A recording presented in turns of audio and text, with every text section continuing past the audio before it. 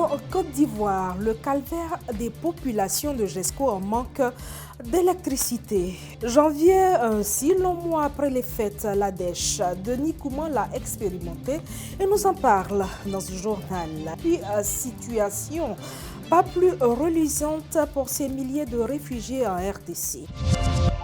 Bienvenue à toutes et à tous dans le journal qui s'occupe de votre quotidien. Cap sur Yopougon Jesco en Côte d'Ivoire où les populations sont en manque d'électricité. Christian Goukra. Jesco, quartier situé dans la commune de Yopougon, est composé de sous-quartiers comme Pays-Bas, Petit Paris, Ayakro, Mandon, quartier Gouro, habité principalement par des populations à faible revenu. Dans ce quartier, il existe des problèmes récurrents d'approvisionnement en électricité.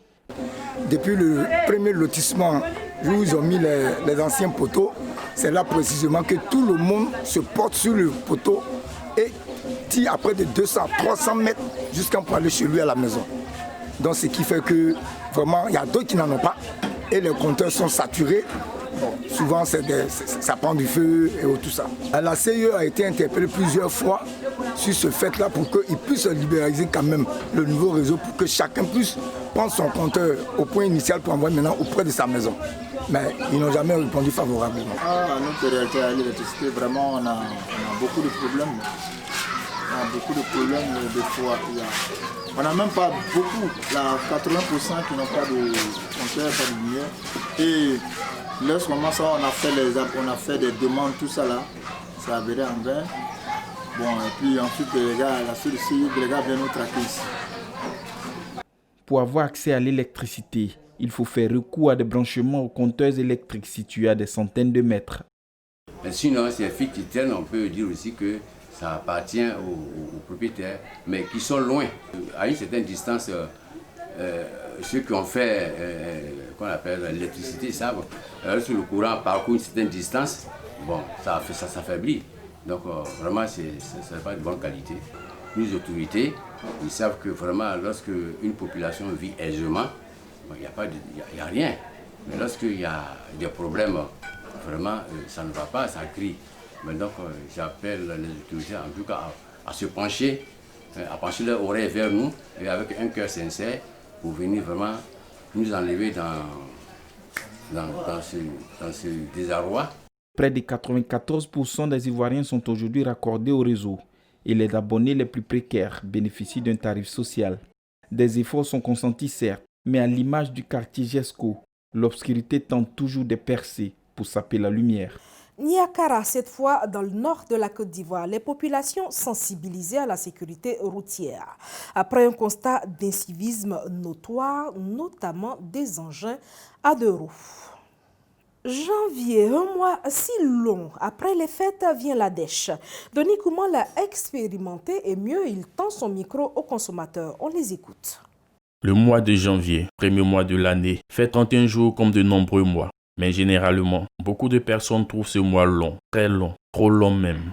C'est le mois le plus long puisque dans ce mois, bon, on a effectué les dépenses de tout.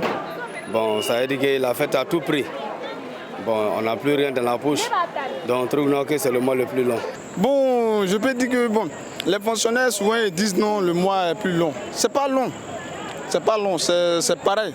Parce que peut-être ils ont dû pu fêter le 31 avec le petit argent qui était sur eux. Et aujourd'hui, ils attendent à la fin pour pouvoir encore récupérer un peu ce qui est à la banque pour pouvoir terminer le mois. Donc ils ont raison de dire que c'est un mois qui est long. Sinon, à mon avis, ce n'est pas un mois qui est long. Dans cette atmosphère, les populations sont obligées de trouver diverses astuces pour tenir. Bon, quand c'est comme ça, souvent on s'endette beaucoup. Bon, souvent envers ses amis, ou bien soit envers un commerçant, ou bien soit à la banque. On va prendre les dettes quand même pour se défendre à ça. Pour ne pas sentir les effets du mois de janvier, il est conseillé à tous de planifier les dépenses tout en épargnant pour ne pas être surpris par d'éventuels imprévus. Chaque parent, chaque fonctionnaire doit savoir faire la part des choses afin de ne pas être surpris parce que les événements de la vie, ça ne prévient pas en fait. Voilà, il faut savoir t'organiser. Bon, voilà. Ce que je peux leur donner est que pendant les fêtes, il faut pouvoir économiser parce qu'après la fête, ce n'est pas la défaite. après la fête, la vie continue. Donc il ne faut pas te dire que après la fête, je vais tout gaspiller et puis bon, demain tu vas manger quoi? Donc il faut économiser pour demain. Les fêtes de fin d'année ne doivent plus être un prétexte pour effectuer des dépenses non contrôlées. La poche vide et le compte en banque à découvert, normal que le mois semble lent. Dans tous les cas, courage, il ne reste plus que 12 longs jours et on ne parlera plus de janvier. Toujours en Côte d'Ivoire, formation des prescripteurs sur l'utilisation des produits phytosanitaires. Le séminaire a eu lieu à Yamoussoukro avec pour objectif l'optimisation de l'utilisation de ces intrants tout en protégeant les sols. Toujours en agriculture, voyons avec Karel Octave cette découverte de l'intelligence artificielle dans le Sahara. C'est une percée que l'on doit à l'intelligence artificielle. Grâce à elle, des chercheurs sont parvenus à dénombrer des milliers d'arbres, jusqu'ici non répertoriés dans la région du Sahara.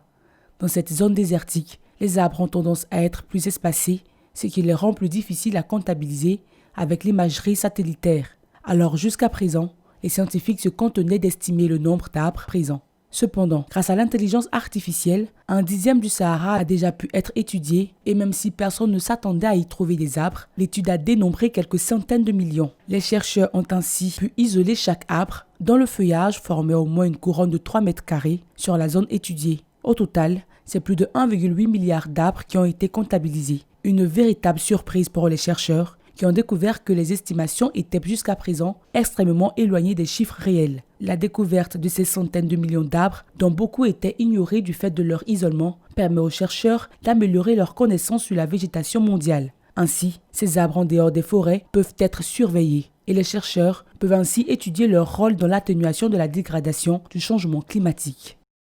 Distribution de l'énergie électrique au Bénin. Le programme MCA Bénin veut l'optimiser par la construction de postes électriques et d'un centre national de contrôle de la distribution. Un tour à présent à RDC avec Landry Ponon pour voir la situation difficile des réfugiés sur place. Ils sont 5 à 6 000 les Centrafricains réfugiés dans la province du Nord Ubangi en République démocratique du Congo. Ce flux inhabituel est le résultat des violences post-électorales à Bangui, la capitale centrafricaine, suite à la réélection du président Faustin Archange Touadéra. Les réfugiés centrafricains sont pour l'heure dans des familles d'accueil en attendant leur cantonnement. Une situation qui perturbe le quotidien des populations hautes déjà éprouvées par la pandémie du coronavirus. Par ailleurs, les autorités congolaises craignent que les rebelles anti-Bakala profitent de la situation pour s'infiltrer. Elles sont donc à pied d'œuvre avec les organisations des Nations Unies pour trouver une solution efficace et rapide. Burkina Faso pour terminer avec cette campagne de dépistage des maladies endémiques. Elle a démarré ce lundi et vise avec le concours du secteur privé à améliorer la santé des populations et des consommateurs. Merci de nous avoir suivis et restez sur les différentes pages de UFC Africa TV.